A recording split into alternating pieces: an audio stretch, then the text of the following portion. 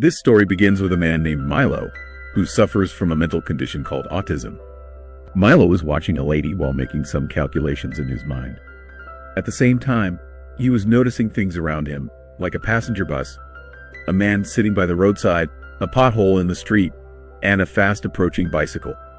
Taking all these factors into account, Milo crossed the road and placed a pencil from his pocket on a mailbox. This triggered a chain reaction. When a taxi hit the pothole, water splashed, causing the pencil to fall to the ground. Seeing the pencil on the ground, the man sitting by the roadside went to pick it up. But in the next moment, the cyclist collided with this man, causing a minor accident. As a result of this incident, the bus driver got distracted and didn't notice the red light at the signal. Due to this negligence, the bus hit the lady that Milo had been watching. In this way, Milo used his calculations to commit a murder and cleverly made it look like an accident. Now, in the next scene, we see a girl named Olivia who works in the FBI department. Today, Olivia is returning to work after a long break because she got a head injury during the last mission and was given an extended leave. When Olivia arrived at headquarters, she was welcomed by another officer named Charlie. Charlie is the head of the department and the supervisor of the whole team. Then, we see the FBI chief, Bishop, talking to someone in his office. Here, it's revealed that Olivia is not a real human but a clone brought in from another universe. The chief did this because Olivia died during the last mission. Since Olivia was their best agent, the chief didn't want to lose her, so he transferred all of Olivia's memories into a clone and brought her back to life. A little later, the department gets news of an incident where a bus hit a woman. Charlie informs everyone that there have been 2 such incidents in the past week and suspects that a human is behind them.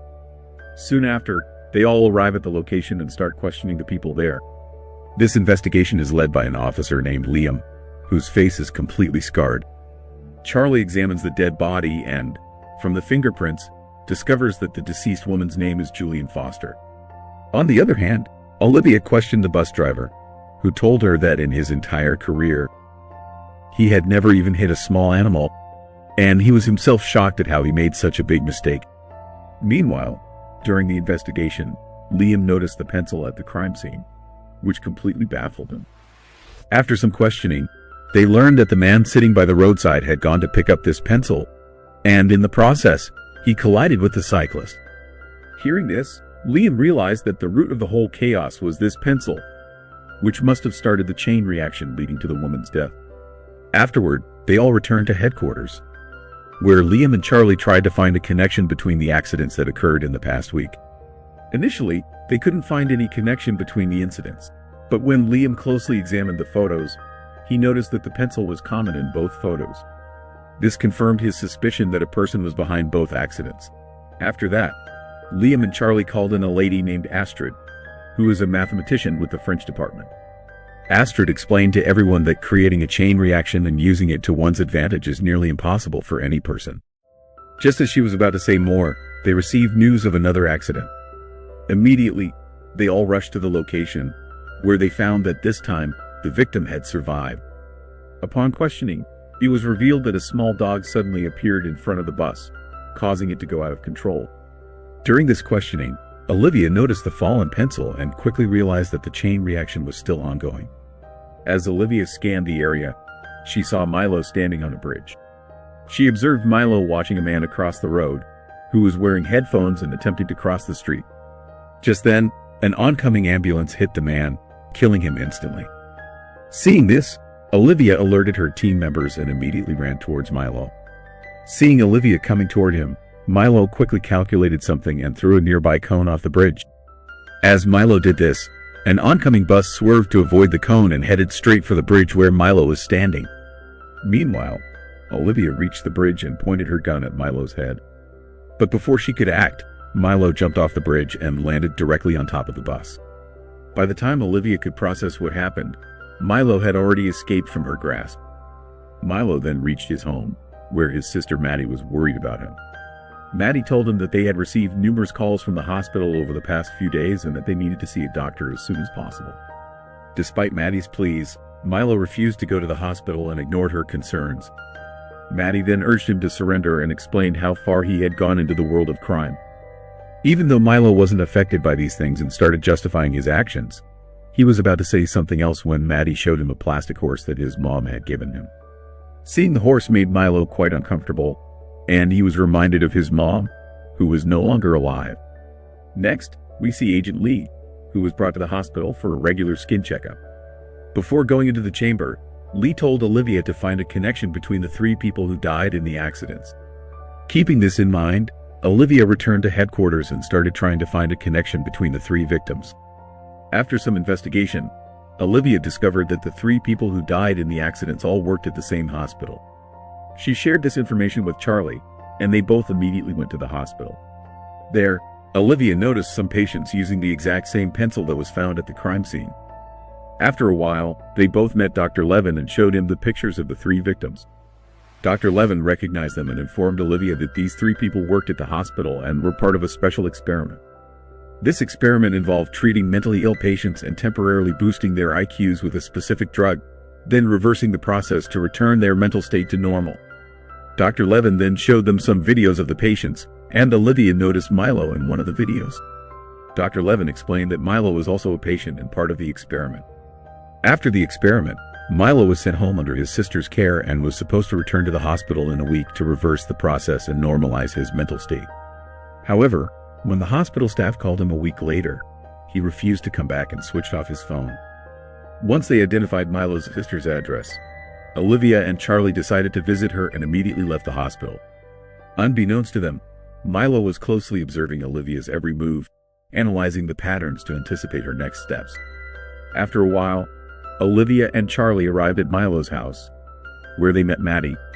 They asked her about Milo, but Maddie responded that she didn't know anything about him. Suspicious, they felt Maddie was hiding something, so Olivia told her about the murders Milo had committed and explained how dangerous it could be for him to remain free. During this conversation, as Charlie was searching the house, Olivia shared about her own sister who was no longer alive. Hearing this, Maddie felt bad because she had also lost her mom a few months ago. This shared experience created a sense of empathy in Maddie, and she decided to give Olivia some information about Milo. Maddie revealed that after the experiment, Milo's mind had become very sharp, and he could use his calculations to predict events happening around him. She also mentioned that to disrupt his concentration, they would need to show him the wooden horse their mom had given them. Afterward, Maddie gave Olivia an envelope containing the address of the hotel where Milo had been staying for the past few days. Maddie also informed Olivia that she was leaving the house because she was fed up with Milo's behavior. With the address in hand, Olivia and Charlie headed to the hotel where Milo had been hiding. Meanwhile, Milo was seen standing by the hotel window, working on some calculations. He was observing the construction area across the street, where a sign indicated low oxygen levels. The construction site was filled with dust, and an oxygen pump was required for breathing. Milo used his calculations to devise a plan to kill Olivia. His plan was to lure Olivia to the construction site and, when she took an oxygen break, drop cement blocks on her to kill her. According to Milo's prediction, Olivia and Charlie arrived at the hotel, where Olivia spotted Milo standing across the street, waiting for them. Seeing Olivia, Milo rushed towards the construction area, and Olivia followed him. Since Olivia was a clone from another universe, she did not understand the low oxygen level sign and entered the construction area without an oxygen pump. This caused Milo's calculations to fail, and Olivia managed to avoid the cement blocks that Milo intended to drop on her. Seeing his plan unravel, Milo was shocked and was eventually captured by Olivia. However, due to the lack of oxygen, Olivia started having difficulty breathing and collapsed on the ground. Seeing this, Milo tried to escape, but Charlie arrived just in time, aiming his gun at Milo and providing Olivia with oxygen to save her life. After all the chaos, Charlie asked Olivia why she entered the area without an oxygen pump. Olivia explained that in her haste to capture Milo, she didn't notice the sign, although the truth was she wouldn't have understood it even if she had seen it, as the sign was completely new to her as a clone. In the final scene, we see Milo confined in an isolated chamber, talking to a supercomputer. The doctors reported that Milo's mind had advanced to the point where understanding his thoughts was impossible for any human. This news saddened Maddie greatly because she felt powerless to help her brother. Before leaving, she came to see Milo one last time and placed the toy horse in front of him before departing. I hope you enjoyed this story. If you liked the video, please give it a thumbs up and subscribe to the channel. See you in the next video.